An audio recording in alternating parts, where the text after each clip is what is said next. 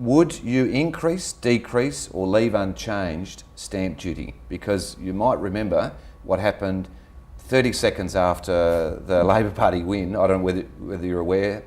Well, it was very quickly after they won and the stamp duty was set that the average price went up, and so everyone was caught with higher stamp duty rates.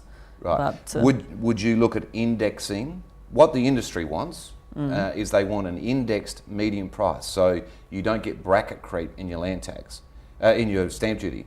So would you look at putting the threshold? It's currently at 200,000, and when they set that minutes after they came into government, that was a median price. In other words, the middle price for the whole of South Australia was 180. They set the benchmark at 200. From there, you paid substantially more. Would you look at indexing that trigger point to the median price as it was intended back all those years ago? Yeah, look, we'll certainly look at it.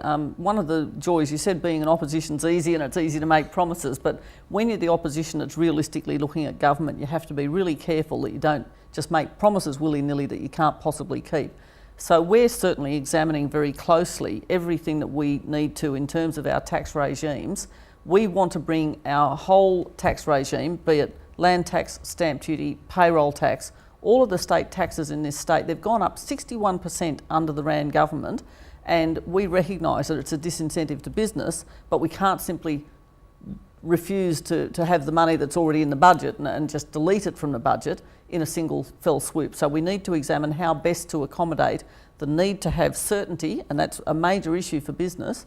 We need to have certainty, we need to have predictability, but we also need to balance the budget because we want to be in government, we don't want to stay in opposition. You've mentioned the threshold for land tax. Is there any other definites that you've committed to?